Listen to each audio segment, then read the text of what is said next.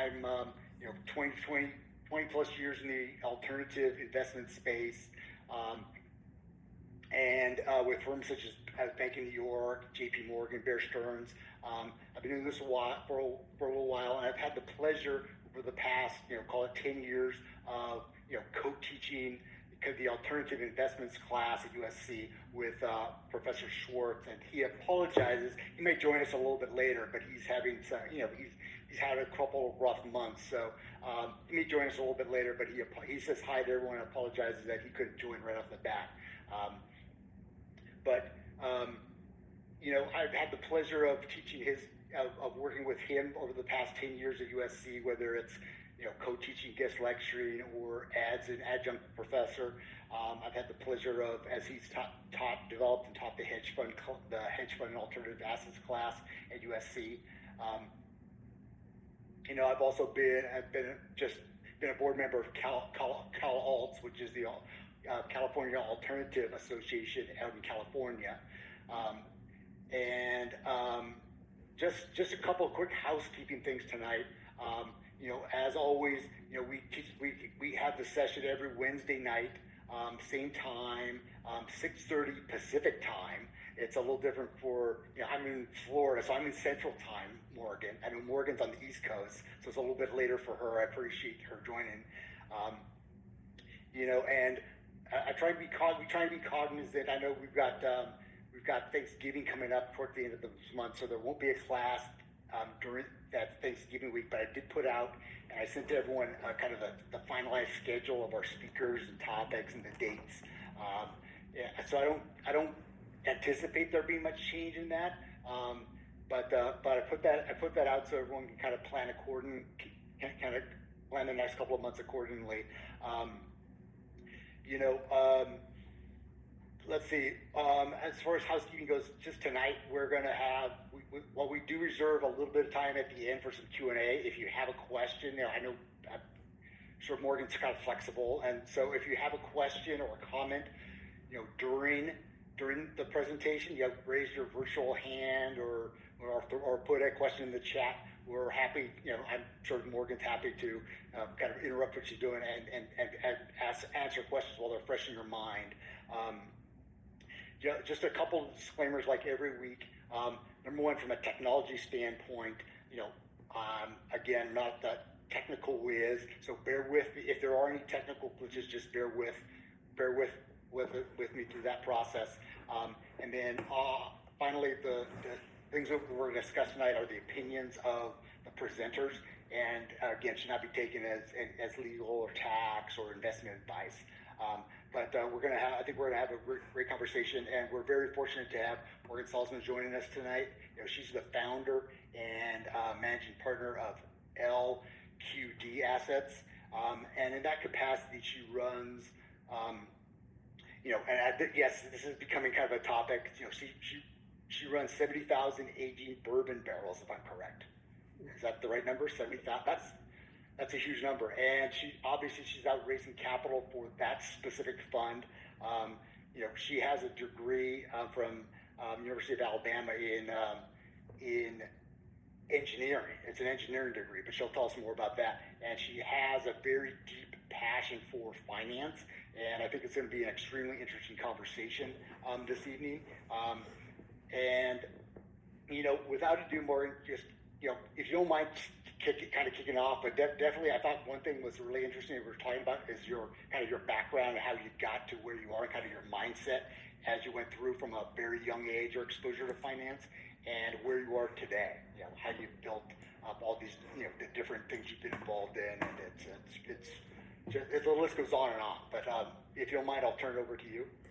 Yeah, I appreciate the intro, and Rob, it's been great to connect with you over the last few weeks. Shout out to Hugh for connecting us, and I really do appreciate the opportunity to do this presentation. This is something I wish I had when I was in college. I, like he's mentioned, have a background in engineering, and so all of my finance knowledge is from learned experience. And as he also mentioned, it started at a really young age. I actually opened my first brokerage account when I was 12 years old. My parents walked me into a broker's office and said, gave me a couple $1,000 and we're like, we're going to teach you how to, manage mutual funds and things of that nature. And very quickly after that, I walked in there and I said, I want to start buying Apple and I want to start buying Amazon, and, started learning how the stock market worked and trading in that capacity.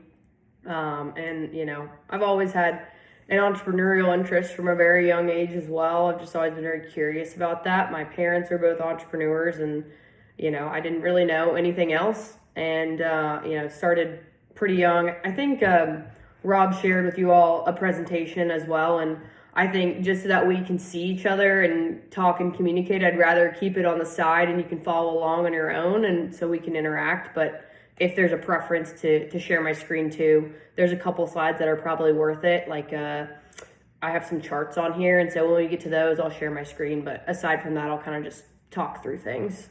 Does that sound good? Yeah, that's fine, More. Yeah, just go through and I think everyone's seen the slide deck, and it's incredibly interesting. There are a lot of things that we're touching on. You can kind of reiterate, that works great. And I think I've given you control to share your screen, so at the appropriate time, if you need to, go for it. Great. Well, that sounds great. So we can start rolling. So I grew up in Bardstown, Kentucky, bourbon capital of the world. I've been around whiskey my entire life. And, it's funny when I talk to people and I say whiskey is my heritage, bourbon is my heritage. People think it's silly, but I grew up with brick houses in my backyard. My grandparents worked at the distilleries, and my dad actually worked in construction and did some development for a lot of distilleries. So it really has been something I've been involved with my entire life. And, when I went to school for engineering, there's a little bit of, I didn't really know what I wanted to do. And my dad was an engineer, and so it made sense for me to go into that career path. And I spent all my free time though learning about the stock market and investments and how to run a business and doing entrepreneurial endeavors. Like when I was pretty young, my dad actually gave us a prompt, and he was like, let's build a business plan for a restaurant. If you build this business plan for me, I will go out and open this restaurant. And so my sister and I were in maybe middle school at the time, and he was like, do it. And so we ran with it and printed out all the sheets that showed how to run a restaurant and what our menu was going to look like and how much a chicken tender was going to cost. And we went through and did all that, and it was such a fun exercise that I don't think many people would think about at that age. But that was one of the early experiences I had in learning how to operate and manage a business, and alongside that early experience with the broker and the investment situation. And so I tried a few other little businesses throughout high school and college. Started a pressure washing business, ran some Etsy shops online as well, and it was great. A good learned experience on the entrepreneurial side of things. And, got to apply my engineering knowledge as well, just through my genuine career path. So, got the engineering degree while I was in college. I also started investing in the whiskey space. That's kind of how I got involved in the first place. They were around the same time, really, when I was deciding to go into that career, and started working in the bourbon industry, and it was kind of my side gig for quite a while. And that's kind of basically what happened. Was the two businesses in my career path were growing so quickly at the same rate at the same time, I kind of had to choose between them.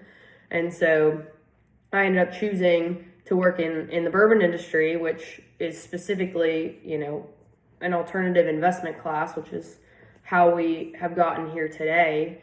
And I also have explored a few other alternative assets as well, including, real estate in multiple facets, rental properties, raw land, commercial real estate through our warehouses. And so I've kind of gotten a lot of exposure, what I would consider a pretty young age. I turned 28 2 weeks ago. And so having all of this experience in my early 20s and even in my teens was phenomenal for me. I got to see my parents build real estate portfolios, and my siblings are also involved in a lot of cool things like that as well. And so that exposure really helped me kind of just be open-minded and take these opportunities. And you really can take those kind of risks at a young age.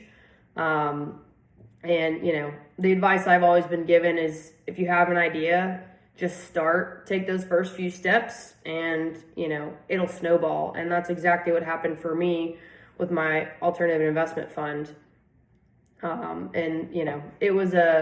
It was something I got exposed to by family and friends, and it was something that I just took a very strong liking to.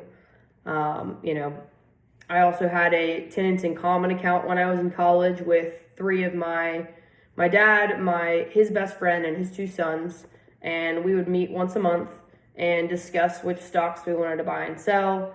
We got really educated on, you literally had to present this to the group like a board meeting and say, here's what I think we should buy, here's why we should buy it, here's why I think we should sell, and we would vote on it and, pick those kind of things. So exposure to these kind of investments was great, but you really don't get the opportunity to participate in something like bourbon barrels, at that age, typically, because typically you have to be an accredited investor. And so because we had just had a family and friend group doing it, I really did get access to a private equity-esque opportunity at a young age. And I'm grateful for that. It's given me a lot of exposure. And so, the next slide I kind of had together was talking about why are we even interested in alternative assets? And really, there's about 6 things that we want to focus on. Diversification, higher returns. It's a tangible asset that appreciates in value over time. It's a hedge against inflation. You really don't, exclusivity is something we kind of touched on already with the accredited investors requirement. And a lot of these opportunities really are invitation only. And then private market growth. So a lot of institutions have shifted towards seeing investments in, whiskey barrels, tequila barrels, wine bottles, whiskey bottles. All those things have become assets that people trade on the secondary market. And so because these institutions, banks, private equity groups are recognizing this as a tangible appreciating asset similar to real estate, it really does allow for legitimacy to be a part of the conversation when you're talking about an asset like this. Diversification is really one of the biggest pieces of the puzzle to me. I don't typically talk to my investors about, the get rich quick and here's how crazy your returns are and here's your payout. I talk to them about where are you invested currently? Is all of your money in the stock market? Is it all in tech stocks specifically? They're very volatile.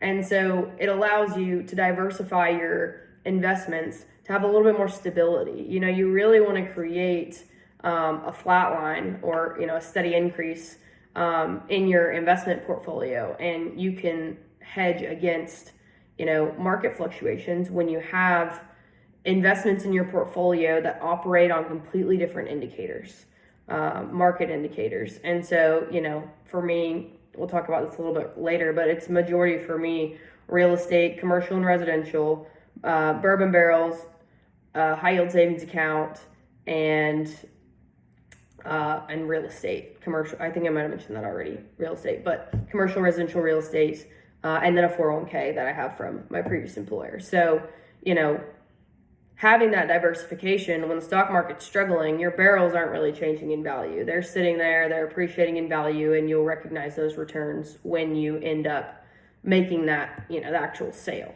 However, it's illiquid, and so, you have that trade-off when you're playing with alternative assets versus the traditional stock market.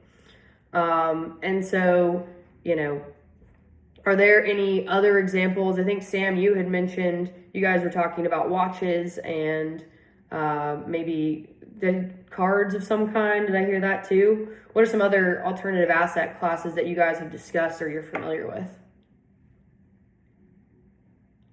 Yeah, I think, we're just, one thing we got into a deep conversation was like litigation finance. Oh, yeah. Something I didn't know a lot about, but, you look at things like that, and obviously that's not, I wouldn't put that in like kind of a collectible category, but it is an alternative investment that is not quote unquote mainstream.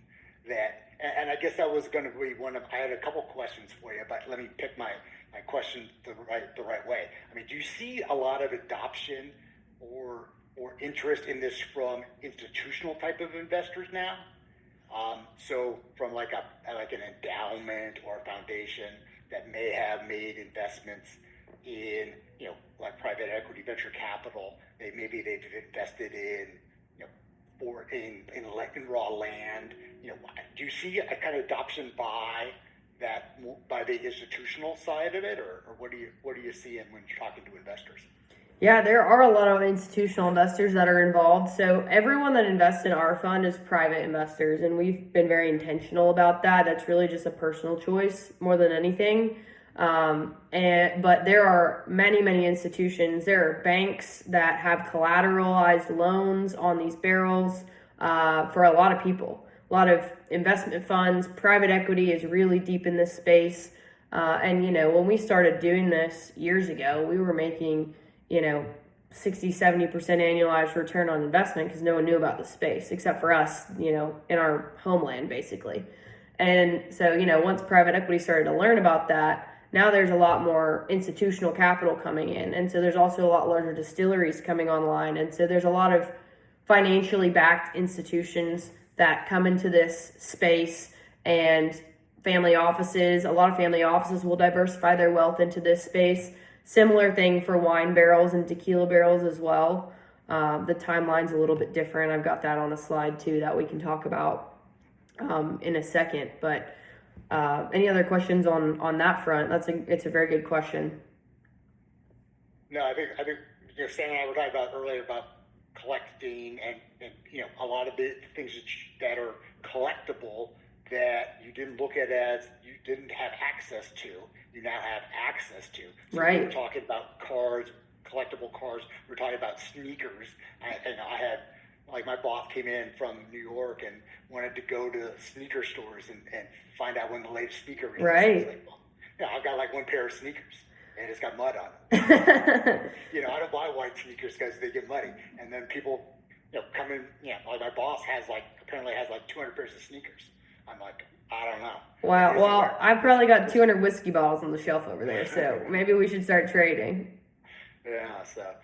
But yeah, I mean, that's one of the things is kind of this, and a couple people have mentioned this term like democratization of alternatives, where there's more accessibility. Yes. And I talked to a lot of advisors, like financial advisors, who are saying, well, hey, this is a larger part. I'm getting questions a lot more from my clients. What is this alternative world, whether it's, the high profile, your private equity, venture capital, hedge funds, but they're getting lots of questions all up and down the alternative stack, whether that's, cryptocurrency, real estate, things they don't have a lot of exposure to. Right. And so they're asking, what is this all about? Yeah. I see that a lot. I get that question a lot. So I'd imagine you're kind of like a broken record. You got to explain this over and over again to people. Oh, I love it though. I mean, I think like I mentioned earlier, like I was lucky to have this exposure, just literally from where I grew up. I knew about this as an asset class just because I grew up in Kentucky around all this kind of thing. But if you don't, how are you supposed to know? Like if you don't have the exposure, you're not looking for the information, it's hard to find. And I think you're absolutely correct in saying that today's day and age, you have more access to it. I mean, the internet in itself truly provides us with that. And you think about cryptocurrency or that NFT craze that happened for a while, like, people made a lot of money off of that. And I would put those in the alternative category as well because they're so volatile and risky.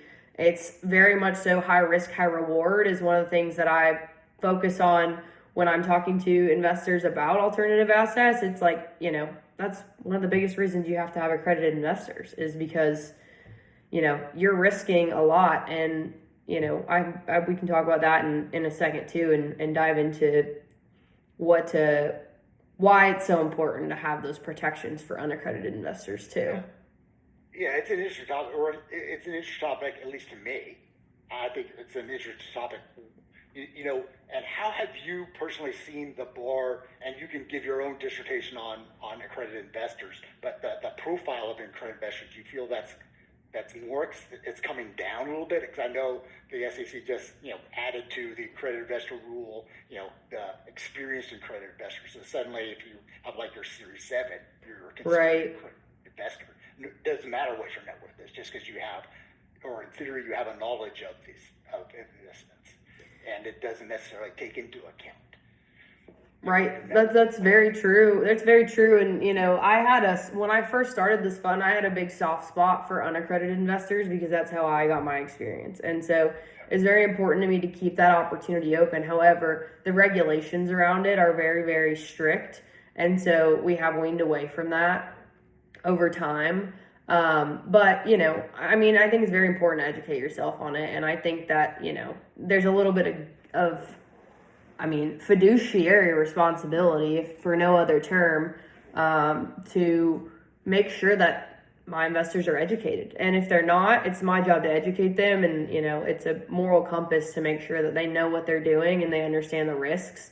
Because the worst thing I could do is have an investor come to me and say, well, I didn't know that this was what was going to happen. And I didn't know that it was illiquid. And, you want everyone to feel informed and like they're making a decision with their own intuition as much as it is me giving them information as well.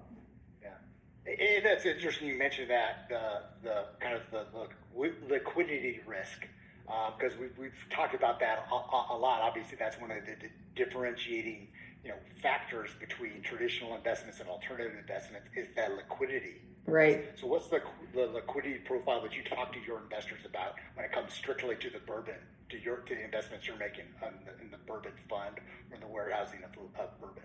And not to steal your thunder to jump ahead, but you brought it up. Of course, that's a great question. And so we typically tell our investors to expect a 3 to 8 year hold period, and there's no guaranteed exit time frame because all of our exits are based on our client purchases. And so sometimes they might purchase 3-year-old barrels, they might purchase 5-year-old barrels, sometimes they might purchase 10, sometimes they might purchase 100. And so we really do tell our investors, like, hey, you can't just get out of this when you want to get out of it. You're really at the mercy of the market and when we can make these sales happen. And so it's another reason why I encourage them to be very cognizant of the way they invest their money. Because if you sit here and you put 50% of your net worth into this, are you going to be able to survive if we don't liquidate in a time frame that you're expecting? And it's a big risk. And so I also encourage them not to borrow money to invest in this. That's my own personal investment philosophy. And so, if they end up making that decision, that's on them, but that's not something that I encourage with my investors. I say this as this is not a home run. This is an opportunity to diversify your income, diversify your assets, and be a part of what I call, I think Sam and Rob and I were talking earlier about it's a romantic investment. You get to sit around the bar and say, hey, that whiskey on the shelf, I've got a couple barrels of that aging in Kentucky right now. You can go touch them, see them, poke a hole in them, and that romantic part of it's really appealing to people as well. Interesting. This is my last question, I promise. Hey, I love the questions. It makes me feel like I'm having a conversation and talking. So, I welcome all the questions. Yeah, well, this was one question I got from earlier. I don't want to jump ahead, but what is the capital call? Is there a capital call, or do you commit all your cap? Is it an evergreen fund, or how is the product structured?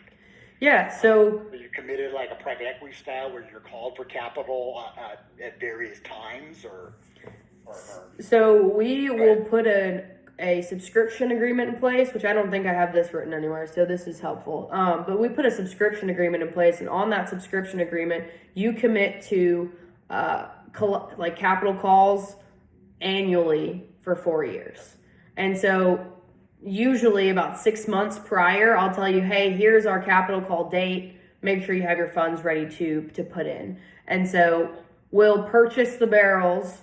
They'll put the money in, and then in the next 90 days, we'll purchase the lot of barrels that they put their money in for, and then we hold them in the fund. And then a portion of those funds remain in our in our investment program for a bit. So that way we can pay storage, insurance, taxes, management fees, all of that kind of stuff through the hold period. And so then the next year you do the same thing. So I'll give them like a 6-month notice, and then I'll say, hey, here's your date. You're going to put your money in 2026.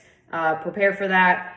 I don't collect it all on the front end, but we do have it all committed. So we have contracts on our purchase side and contracts on our investor side. Everyone says, hey, here's what we're going to do. And then we execute it, in roughly a 3 to 6 month period.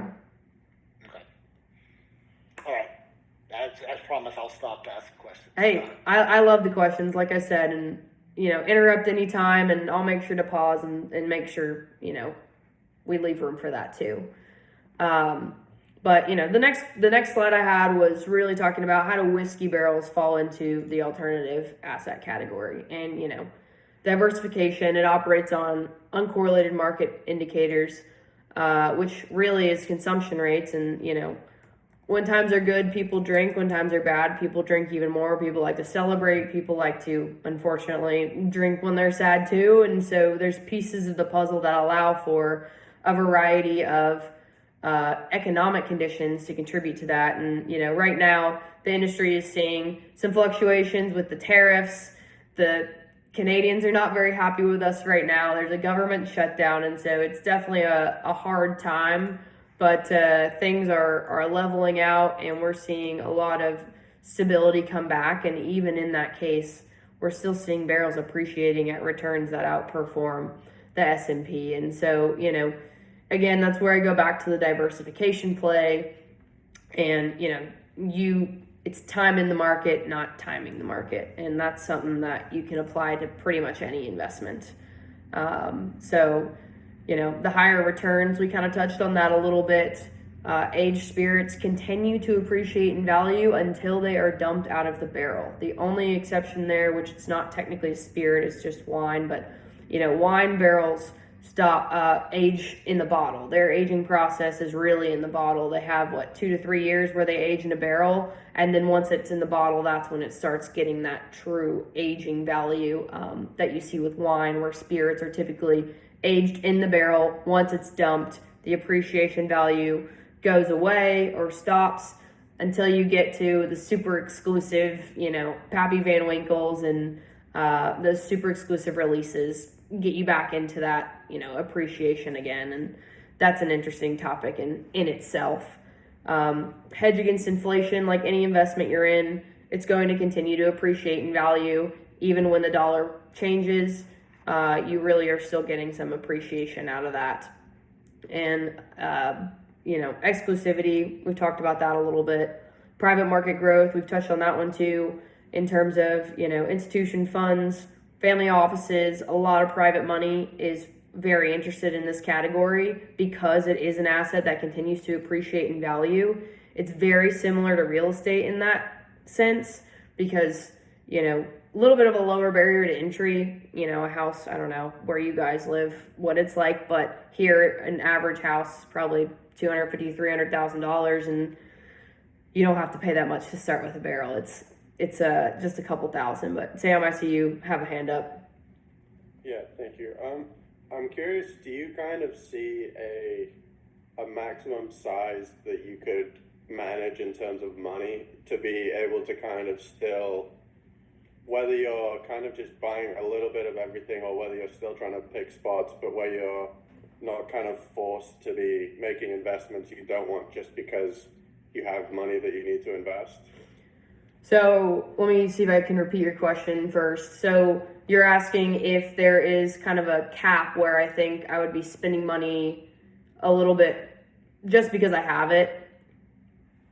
Yeah, like what kind of fund size in terms of like managing money would you kind of say once you start to go past this point you're kind of forced into just spending money to spend money? They may not be right. Good investments, but you've got too much money that you kind of have to. Right. I mean, that's a very good question. I think once you get into, the $100 million range, which I'm far from that, I think you would be in a situation where, how much of the market are you going to own? How much of the market can you really take over? And in that case, it just becomes a volume play, and volume play, you're obviously going to get better purchase prices too. So, I think at that point, I mean, even when you get to buying, when you think about economies of scale in terms of a buyer, when they're buying 5 barrels, they care a lot more about what's going on in those 5 barrels than when you're buying 100 barrels. You're not going to individually pick 100 barrels, but you're going to individually pick 5.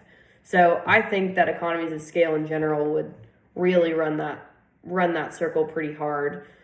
We've raised about 21 million so far. we've not gotten into that position. We are very particular about what we purchase.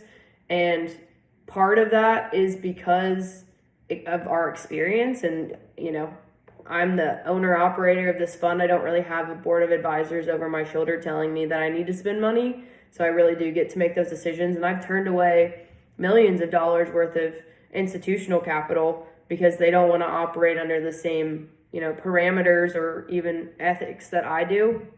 And so, there's a lot of money out there, but I don't want to find myself in a position of irresponsibly spending that just to get it and spend it and have the number on my resume.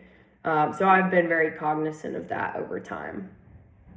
Yeah, that's helpful. Thank you. I'm just curious, when you talk about you being able to be very picky, do you have any superstitions about I don't know if barrels are numbered? Do you I start at this number barrel? Do you have that at all? No, I don't have any, but that's quite entertaining. I think I would love to start asking that question to some of my partners to say, what are your superstitions around it? There is a superstition around, if you've ever been to a warehouse, there's really two types. You've got a rick house, that's the barrels lay on their side, and there's what's called a bung that is the stopper that goes in where they fill the whiskey. And so then the other one, they're stacked vertically and the holes on the top. So when they're laid on their side, the guys that roll the barrels in, it's a superstition. If you don't get the bung to be facing straight up, they say it's bad luck for you. So I've never rolled a barrel. They're 600 pounds, so I cannot push one of those down the aisle, but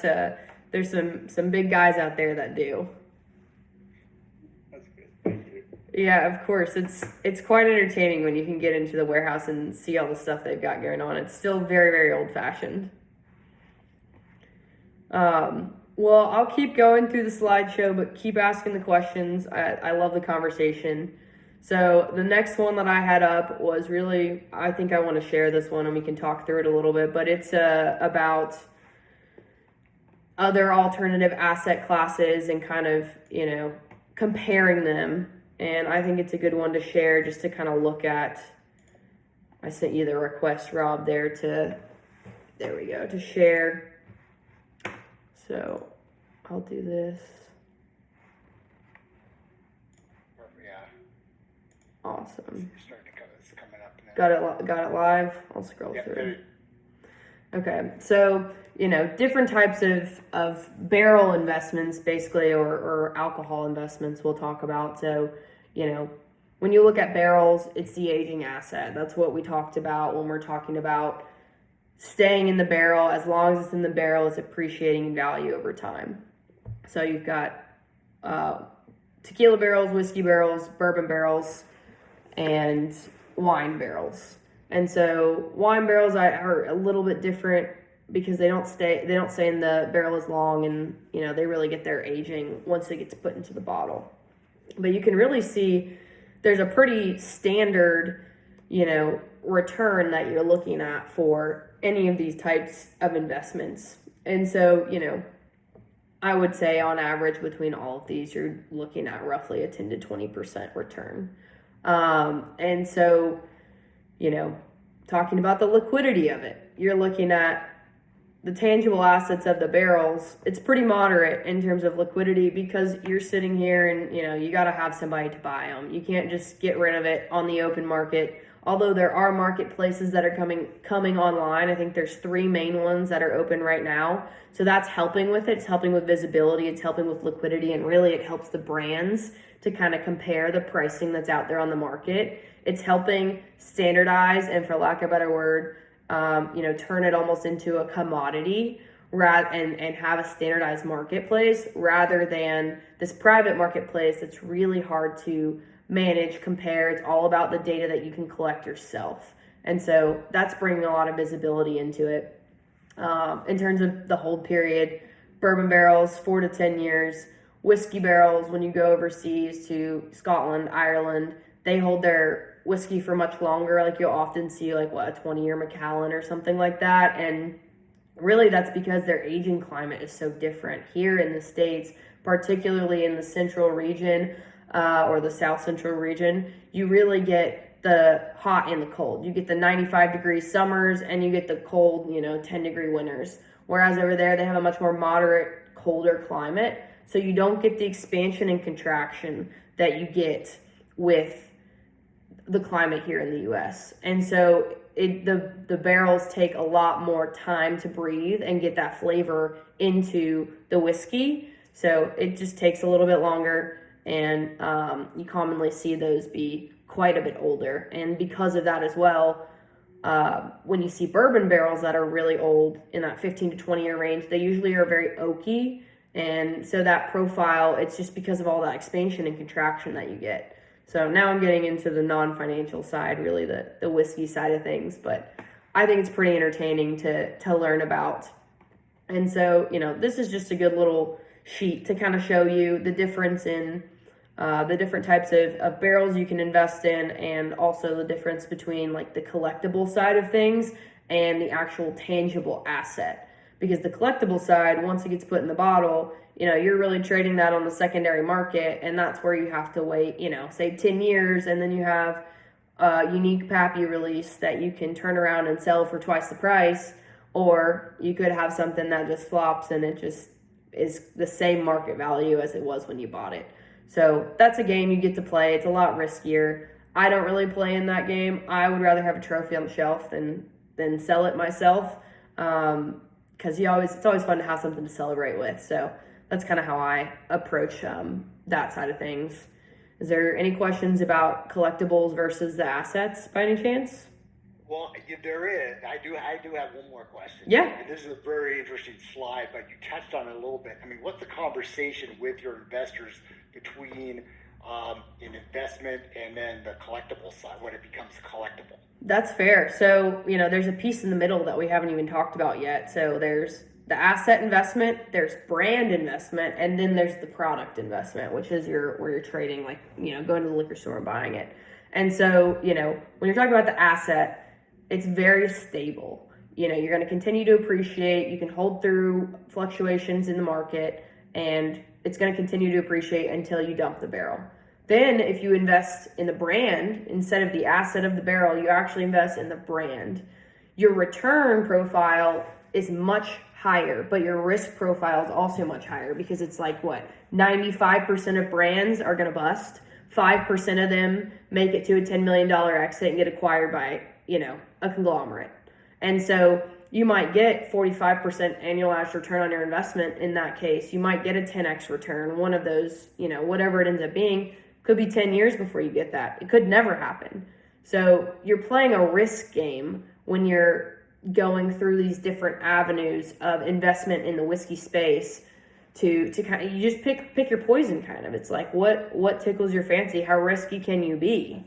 So, then you get to the collectible side of things, and it's pretty stable.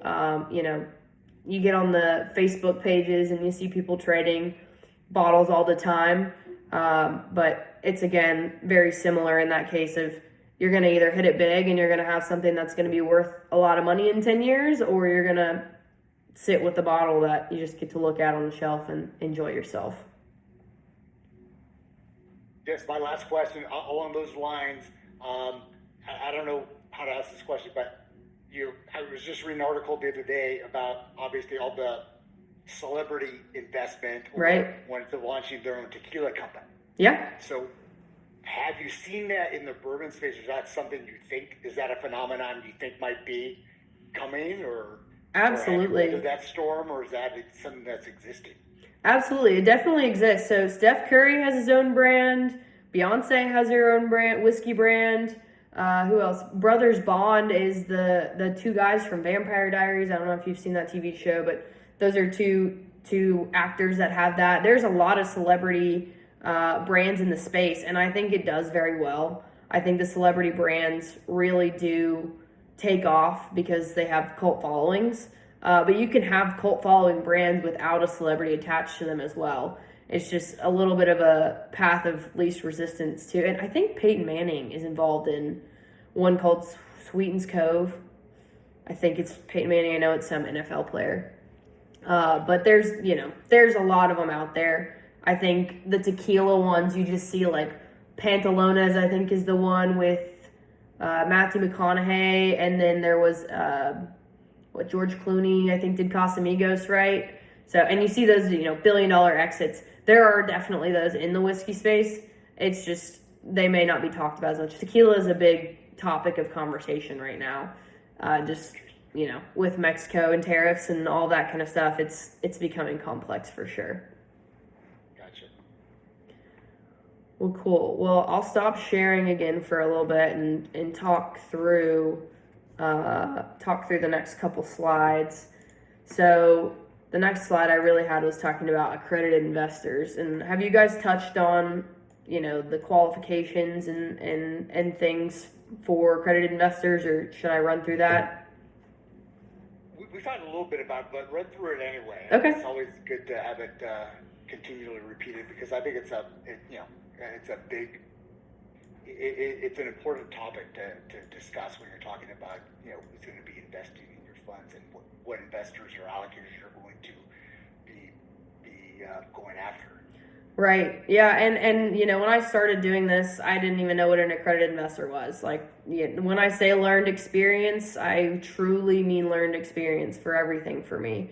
And so, I started working with a legal team that started teaching me about the SEC requirements and all this kind of things to get us trued up when we started to build a proper fund. And so, learning about an accredited investor is funny to me because I was not an accredited investor when I started doing this. And, but because I am a registered agent and I manage a fund, like you were talking about earlier, Rob, I am considered accredited, and I can invest in my own fund. And so that was an interesting kind of parallel that I saw. And personally, I think it's a great requirement to have people be accredited. I think it's challenging because it's hard to get there, but I do think it's important to protect the unaccredited investors from risky investments. I mean, it becomes gambling at some point, you know what I mean? And I want to make sure that the people that are working with me are not putting themselves in that kind of risky position. And so I ended up moving towards having that accredited investor requirement just because it's the safest way to run. And typically people who are accredited investors have investment experience in other spaces. So we can talk the lingo, we can talk about, really what this looks like for them. Can they afford to take the time it takes to wait for their return to come around? And it just protects everyone against these high risk investments and the illiquidity that you experience in alternative assets. And, it's very different from public securities in that way as well, because public securities, every single bit of information is out there. You're required to disclose it. And it's not that way necessarily in the private markets, and you have to kind of do your own research. And for me, I offer a private placement memorandum with, all of the legal jargon in it that says, here's the risk that you're taking. This could go to zero. This could, we could never get our money back. We could absolutely blow this thing up, and you're taking on that risk. And of course, we don't expect that to happen, but you have to put the disclaimers in there. And then we offer a subscription agreement, which I mentioned earlier, which outlines, what distilleries we're working with, what your level of investment is, what your responsibilities are as an investor. And then I also have a little marketing package that goes along with it that just says, hey, here's who I am, here's what I've done in the past, here's how our fund is performed. And it just educates people. Some people love reading the literature, some people love to talk to me instead, and some people don't read any of it, and they see it and they're like, this is fun, I've got some money here, take it. And I like talking to all of them, and they're all fascinated by the opportunities that we have going on here. But to reiterate what those qualifications are, as an individual, you have to make at least $200,000 a year for the last 2 years, and as a couple, you can do $300,000 a year annually for the last 2 years. Or you can have a net worth of $1 million exclusive of your primary residence. And so, between my investors, I would say it's 50-50 of net worth versus annual income. I don't have anyone that's really qualified through professional credentials. It's not been something I've really dealt with. There's not been anyone that's come to me and been unaccredited but had their credentials and tried to play that card. But I'm sure that there are plenty of people that invest that way, and taking those exams definitely does educate you, but I don't know that it removes the risk necessarily if you're not in that wealth bracket, in my opinion. So, go ahead. It's an interesting conversation. It is. And not to, maybe I'll get your opinion really quick. I mean, the Trump administration just, with their ruling or whatever, going to explore further the ability to purchase private investments in a 401k plan. What are your initial thoughts on that? Right. Do you think that's a good thing, or I kind of think it's not so great thing, because I would kind of lead into my other question. What percentage of people do you think actually go through the risks in the PPM and say, hey, right, I realize what I'm getting into? I mean, realistically, what do you think? Right. That's a great question. I would say for probably 30% of people ask me questions about details in the PPM. I would say probably 65% of people ask me questions about generally information that I send them. But I would say only 30% ask about the specific risks. And, I do my best to outline them, and most of the time there's a conversation had. Whether or not they go and read it, I don't know. I can't guarantee anything. And then that dovetails into what the Trump administration is advocating for. And while I think access to these products is great, it does come with that, that the risk of not being fully educated on what you're investing in. Right. Absolutely. And, I think you mentioned the 401ks, the IRAs. And so, I have mixed feelings about it, because I do think I do think that, I think you should have control over, what you're doing with your money. I think you should have the say on, what you're doing with that. However, I think it takes away a lot of the security of a 401k IRA investment when you put it in an alternative asset. And I really do think you should still be educated on the topic, regardless of what kind of money you're putting into it. The value of using a 401k versus your regular money is it's money you're not going to be able to cash out on anyways. So having a little bit longer hold period isn't necessarily going to affect you as drastically as the cash that you have, in your pocket, in your salary, and things of that nature. So it's investments you're already going to have tied up. So I see value in that, and I also see value in getting people exposure to this, maybe in a less risky way. So I do see the value there, and we have a partner that works with us. It's called Advanta IRA, and they have self-directed IRAs. And so those self-directed IRAs are able to invest in our fund. Now, not every self-directed IRA is. Each custodian has their own rules and regulations about what you can participate in, but this is one that we've worked with. We probably have 4 or 5 of our investors that have come through that. And their whole thought process has been, hey, I've got to have my money tied up anyways. I can't touch it for 10 years or 20 years or 30 years, depending on their age. So why not take the risk on it? And so, I do see the value in it. I see the risks in it as well. Yeah. Okay. Yeah, just curious, because I just heard about it today, talking to someone about, cryptocurrency investments with IRA, and that's kind of the same investing thesis. Is, hey, it's a long, I've got my money tied up anyway. A lot is going to happen in this space over the next months, years. A lot's going to happen. So I want some exposure to that. But how can I get that? Right. You can do it through that self-directed, like you said, a self-directed IRA. It's very true. And I mean, we'll see the results of it play out. There's no question it'll be a topic of conversation, especially with, the volatility of the entire world economy at this time. I'm sure we'll start hearing about a lot of those different things. Interesting. Okay. For sure. The next kind of slides talk about my business a little bit, and I'll talk about 2 of the topics pretty briefly because they're really not relevant to what we're doing today, but just educational purposes on what I do.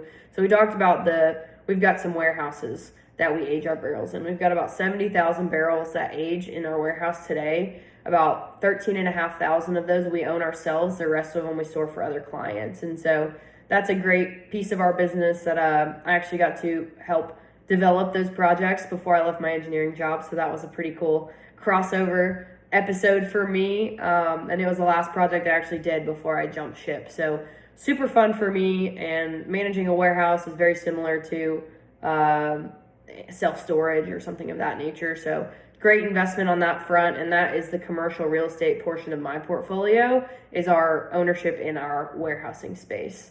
So that's one piece of what we do at our company. The next piece is brand consulting. So we help build, curate, and develop whiskey brands, which is a version of an exit for our investment fund as well. So it guarantees a way for our inventory to get put into a bottle. We do anything from idea to finished product. We have barrel programs where we can, financially aid brands in taking down inventory to keep assets off of their books. We do digital advertising, social media. We have fractional sales reps that we work with, compliance, all that kind of stuff to help get a product from idea to finished product and then into a market. So we won't dig into those, just we'll focus on the investment fund today. But those are two pieces of the puzzle. And then the investment fund is the majority of our program. And so to kind of outline, we talked about this briefly earlier. Rob had some questions about timeline, what's the investments like. And so for us, we have accredited investors only at this point, with a minimum investment of $20,000 a year for 4 years. That's our traditional program. But we also offer a one-time investment of $100,000 or more. If the investors are interested in that. I really started doing that because I had some older gentlemen come to me that were in their 70s, and they were like, what if I die before I even invest all my money? And I was like, fine, if you want to put it all in now, we can make that exception. So kind of a funny story how it came about, but it seems to be a good option, and I've had a lot more people take me up on the immediate investment than I would have originally thought. So that's been a great kind of lesson learned there of providing options. Estimated hold period of 3 to 8 years, and our estimated annualized returns are roughly 10 to 20%. I categorize this as a lumpy investment, which is a term that Warren Buffett uses when you talk about, you don't have a guaranteed dividend payment or guaranteed exit timeline. It's really like when the money comes, and it'll be in different values every time. So you might get, 5 barrels sold first, you might get 200 barrels sold next, you might get 7 barrels sold the next time. You're kind of going with the flow, and you really don't receive the payouts until barrels are sold.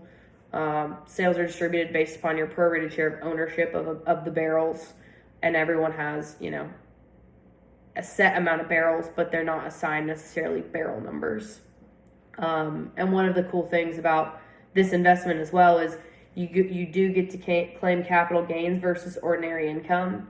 And that is really because of the way we structured our entity when we originally started doing this investment. It was all ordinary income because we were all partners in the entity, and because basically you're a degree of separation from the actual decision making.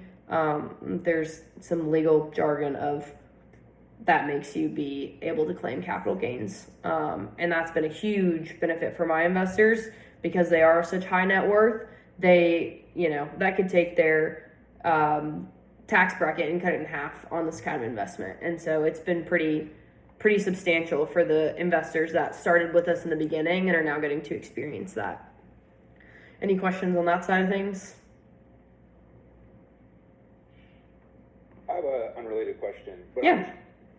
I know you talked a little bit about the returns you guys typically see. Like, how should we be thinking about your guys' operational costs? Like, obviously, I would imagine you guys do some sort of insurance, and there's obviously storage and all that stuff. Is that factored into the number that you gave us for what your returns look like? Yes, it is. So the annualized return is what you are going to receive after all dues are paid, assuming that we stay within our time frame of investment. So, like I said earlier, sometimes the barrels will fall outside of that time frame. And so if we hold the barrels a little bit longer, you may see those returns adjust a bit just because you're going to have to deploy more capital before you're going to start to see a return. But yes, our average return calculations 100% include all expenses paid it's really low overhead for many reasons. One is because it's a very slim team. I'm the only person that owns and operates our investment fund. We don't have any other full-time employees. There's a few fractional in terms of accounting, marketing, and then like an assistant. And then on our warehousing side, we also have 3 staff members, and they move barrels in and out of the warehouse. We have the 2 owners that are my partners, and then we have one guy that comes and just moves the barrels on a part-time basis. So very low overhead. In terms of storage and insurance, like just to give you perspective, it costs $2.50 per barrel per month to store a barrel, and insurance is, maybe 50 cents a month. I don't even think it's that much.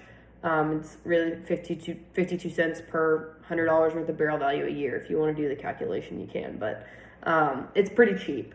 So there's not a lot of overhead in this business, and so that's another big benefit for our investors.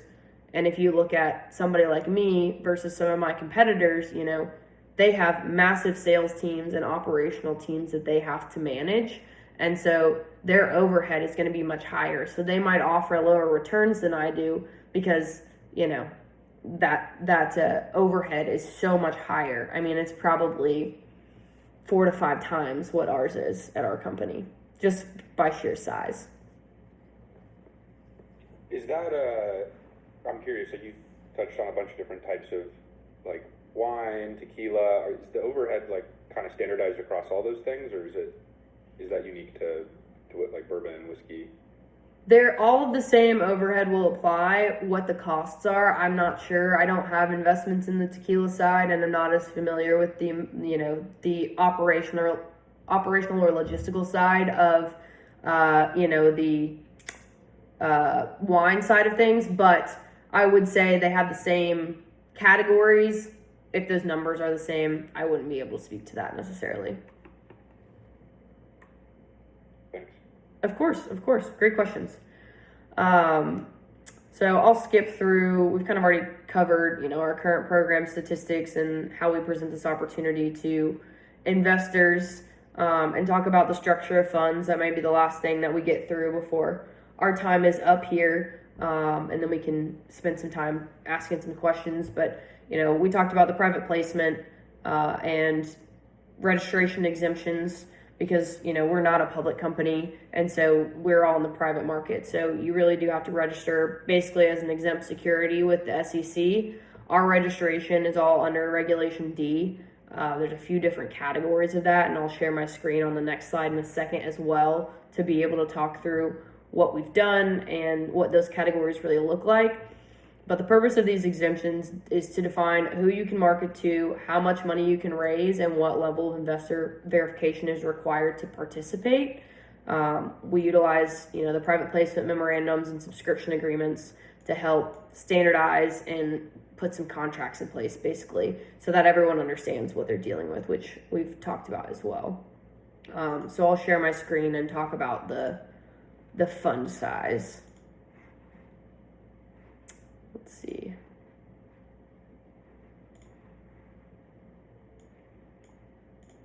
All right. Is this full screen? Can you see the slide? Yep, you can see it now. Oh. Yep. Oh, Go scroll through. there you go. There we go.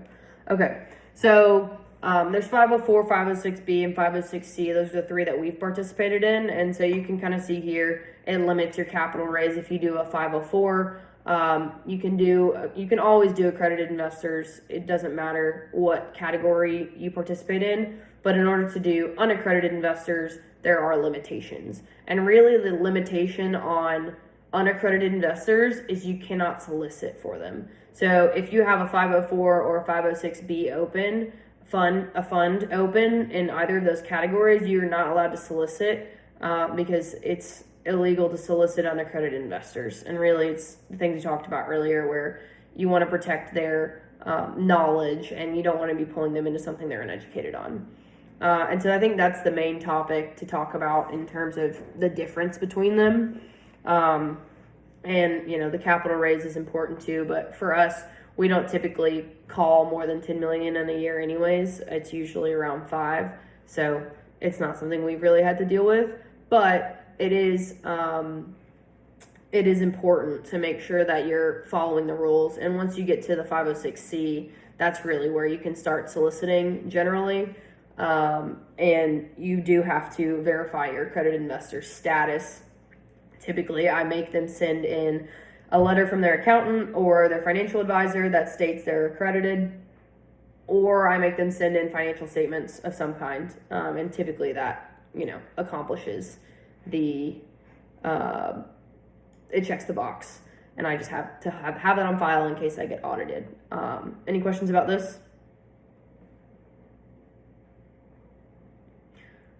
Alrighty. Well, we are getting down to the last few slides. So how does the barrel program benefit our brand partners? We've talked about this a little bit. So we buy barrels on behalf of the brand so that they can use their capital to build their brand, grow their brand presence, sales, marketing, instead of having their money tied up in an appreciating asset. So we don't want them to have to sit and wait 6.5 years to put the inventory into the bottle. It shrinks their time frame from 6.5 years from investment to about 6 months. So we hold it for those 6 years, they buy it back from us, and then they put it in the bottle. And there's a couple different ways they can do it. They can buy it on the spot buy, which is buying it, right now, put it in the bottle. Futures contract is we're contracting at, day one, holding it for them on their behalf. It's already assigned to them, and then they buy it back. And then buyback programs is we'll buy the barrels from them that they already have, and then sell them back to them at a later date. And so, and not to write this off forever, but yeah. so are those three different funds or commingled? I mean, if I make an investment, are you diversifying for me across those, or what's that looking like? Are those three different funds, or? They're not different funds. So all of our funds could have any of these exits. And so these are all the exits that we offer, or all the purchase options that we offer to our brands. And so our brands can decide what they want to do. So the brands decide which these are on. On the futures contracts, in an ideal world, you know which fund you're assigned to. And so it'll allow you to have that peace of mind to plan from the beginning, but not all of our barrels are on futures contracts. Understood. Gotcha. Yeah, Sam, I see you got your hand up too. Yeah. I think you mentioned earlier about there being people, like banks will write loans against people who will buy these. Yes. When it comes to those loans, do the banks limit what kind of, like with these three options, will they say, if we're writing you a loan, we want it either in like a futures contract or a buyback where they know that you've got an exit, or will they do a spot buy, will they loan against that? It depends on the situation for sure. They prefer something like a buyback or futures contract. They probably would be more in a futures contract situation, because futures contract is more like a loan. So that's where, we're gonna hold the barrels on your behalf. You're gonna pay us a dividend every year to get you a vested interest to buy the barrels back, and you're gonna pay storage and insurance as the brand. And so the bank is more interested in having that guaranteed exit. But for example, if there's a bankruptcy and all the assets that you have are barrels, there's no guarantee where those are going to go. So in that situation, they're going to pretty much depend on a spot buy, and they're probably going to sell them below market value, because there's a lot of inventory out there that is happening with right now, because people are coming up on their loan timelines. We were talking about earlier, you don't borrow money to do this. They borrowed money, they had hard finite timelines, and so they're going into bankruptcy to get rid of their inventory. And so the banks are ending up with all this, having to turn around and sell it on the secondary market, and they're selling it at cheap prices.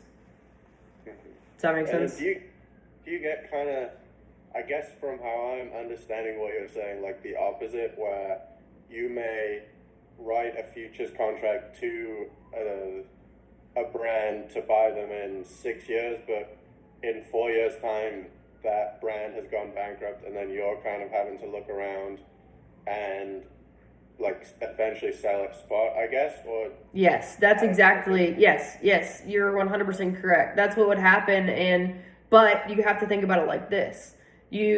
So they paid 4 years of storage and insurance for you. They paid 4 years of dividends into it. So your cost your total cost of goods there is way below market because you had this vested interest from them. And so it's kind of like, okay, whatever, we'll go sell them to somebody else now. And so, that's the value of doing buyback and futures programs rather than lending money, because when you lend money, you have to go through the bankruptcy. Whereas if we take ownership of them and then sell them back to you, if there's bankruptcy, it's a clean cut. So we can stay completely out of dealing with bankruptcy court for 2.5 years before we can sell those barrels. We can turn around and sell them like that. Okay, that's helpful. Thank you. Of course. Great question. Any other questions on this? Well, last little section I've got is just to talk about my personal investment portfolio and what I've been doing over my, investment time. And when I made this chart, it made me laugh a little bit because it was a lot more evenly distributed than I expected it to be. And this is totally by happenstance. My high yield savings account is just where I keep my daily funds. I try to keep 3 to 6 months worth of income in that just to have it liquid in case something crazy happens. Traditional stocks, I'm sure you're all familiar with what that's like. Retirement accounts, since I am self-employed, I really don't focus on the 401k too much because, like we kind of talked about, your money gets tied up in that and, you can't really get it out. And so I've chosen to diversify and disperse it into these other asset classes that I'm hoping will be of value to me in the long term. And it feels a little bit more liquid because I don't have to wait till I'm 60 to, pull it out. And so commercial real estate is our warehouses, residential real estate. I've got a duplex and it's really raw land, a couple of different properties that fall into that category. And then of course, whiskey barrels. Can't let that one go without being talked about. It's what our whole topic is today. So in general, this is how I have split my income up over, or my net worth up over my few years of investing. And so then I'll talk about a little bit my personal investment portfolio and philosophy is really like, you have to have money before you can save it and grow it and invest it. And so making sure that you have an income stream that's dependable and, is going to continue to grow over time. It's just as important to make sure there's money coming in as it is to be saving it and growing it. Because if you don't have enough to live on, that's the most important thing. Before you got to take care of your expenses and day-to-day things before you can worry about growing your wealth. Important things in the day-to-day. And so invest early and often. Consistency compounds.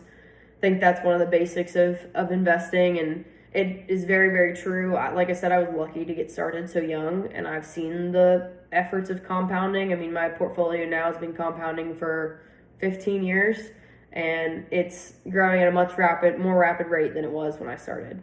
And same thing with the buy and hold. I mean, you want to put money away that you're not going to need anytime in the next 5 to 10 years is kind of the way I view it. If it's something that I think I'll use in even in the next 365 days, I try to keep it in something more liquid, like my high yield savings account, which I think right now mine gains 4.5% interest. And, that's a decent return for absolutely no risk.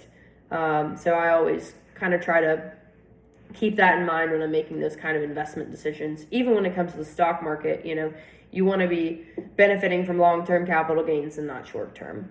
So then that's the next point, long-term, kind of self-explanatory on that one. And avoiding lifestyle creep is a big one. Just because your income increases doesn't mean you need to increase what you're spending. If you can keep that low and put more money away, it'll compound even faster. Same thing with living below your means. So tracking and planning spending was something that I was taught to do from a very young age. One of the first job that I ever had was bookkeeping for my parents' apartment complexes. And so, I was writing checks for all of their contractors and employees and balancing their checkbooks. And so seeing how that worked at a young age made it a second nature thing for me. And I see that play out in my life now.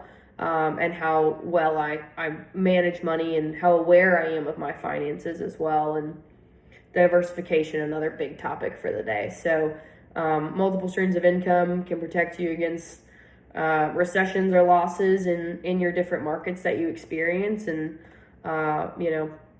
all of the above have been elements that I have placed into my investment experience and portfolio in order to gain some confidence that I probably wouldn't have had I not had some great exposure at a young age. So any questions about this? I've got one more slide for you, just some book recommendations. Well, one quick thing before you go to book recommendations, and I know you touched upon this earlier, was kind of your, another piece of advice that I don't know if this falls under your personal investment strategy, but the topic of just get started. Yes, absolutely. How does that apply to not only your investment philosophy, but your kind of career philosophy as well? Definitely just get started is one of the best pieces of advice I've ever received. You can sit here and you can learn so much, but learned experience is the best thing that you can have. And for me, this business that I own and operate now is a perfect example of that. I do not have a financial background. I never took a finance class in college, and look at the knowledge I would hope that I've imparted tonight. And, it's all from learned experience. It's not from reading a textbook. It's from getting out there and applying it, learning through conversation as well. You start to talk the language of whiskey, and then you go talk to investors, and you have to figure out how to collaborate between those people and speak both languages. And, coming from the engineering background, it definitely teaches me, have an analytical mindset, problem-solving skills, all of those things. And they were great to apply when I started building this business in terms of, structural knowledge. But in terms of finance knowledge, I'm still learning that every day. And had I not started and taking those first steps of, all right, what's it going to look like? Let me build a spreadsheet. Let's see what it would look like. Build some scenarios and just start talking to people and taking those first steps of negotiating contracts and talking to investors I looked back one day and I was like, how have I come this far? You kind of forget about it, and you get so caught up in the hustle and bustle and the excitement of what you're doing that you really can make some progress. But you won't make any progress if you don't start. If you don't start at some point. Yeah, agreed. So yeah, definitely go on to the next slide, because I'm incredibly interested in what you've been reading and kind of your recommendations on that. So yes, so this one's just a fun slide. So these are some of my recommendations. The Robin Sharma book, The Deep Magic of Daily Consistency, one of my favorite books. I've listened to it probably 4 or 5 times this year. I'm an audiobooks gal. I don't sit down and read with my eyes. I like to multitask. So car drive, going on a walk, love it. That's a great book, and it just talks about, repetition and building a routine and taking away a little bit of the decision making of your everyday life. Once you can make that routine, it really clears you up to make bigger, stronger, better decisions, because you're so routine and disciplined too. So I think consistency is more important than discipline, but I think consistency builds discipline. Of the ones on here, that's probably my favorite. No One Succeeds Alone is from Robert Refkin. He is a CEO of Compass. I have a friend that works very closely with him. She recommended me this book, and he just has such an impressive story to tell, and he talks so deeply about how he built his company and what the importance of kindness and relationship building and being intentional is, and that you can't do it alone. And so that was a great book for me to learn, what it's like to be a CEO of such one of the largest real estate firms in the country. And Die with Zero was a book. I believe my dad gave me this book at some point, and it teaches you about, there are certain points in your life when you can have certain experiences, and if you wait too long, you're never going to have them. It also talks about when you're spending your money, what we were talking about earlier, you have to make money to be able to have the freedom to save it. And so if you're sitting here making $100 and you're saving 90 of those and living off of 10, it's a pretty hard life to live. And so when you're making, those small amounts of money, it's probably in your best interest to spend what makes your life comfortable until you can start and focus on growing your income. And then once you have that income, you can start saving and allocating it better. But there is a threshold of, when you should be saving and when you should be spending your money. And it talks about, you can't take it with you. You can't take the money with you. So for parents, there's a note in there about like, you know, spending your money with your kids while they're alive, while you're alive, rather than waiting until you're dead for them to enjoy, you know, the fruits of your labor. Enjoy it with them. Spend the money with them now. Allow them to have access. Watch them enjoy the money that you have or you're willing to share with them. So, very interesting book. Another one, that would probably be my second one on the list. And then Noise just talks about the inherent biases that we have in everyday decision making, and, you know, talks about, like, an example would be like a judge maybe has a, you know, gets coffee spilled on them on the way to their, you know, judgment, and they might give you a harsher sentence, and that has nothing to do with you or the situation that you're in. Totally an unconscious bias and something that you can't control. And so gives you a lot of examples of that and how to kind of mediate that in your own decision making processes. So these would be the 4 books that I would suggest if you're a reader, just for some inspiration and kind of training your brain to think in some abstract long-term mentalities. Yeah, those are some interesting. I think that the 4th book on the noise is incredibly interesting. Is an incredibly interesting topic. You know, because we always talk about this, how things affect, you know, the decisions that you make every day. Absolutely. So I think that's incredibly interesting. That's so. Guess what I'm going to do after this? Go listen to this book. There you go.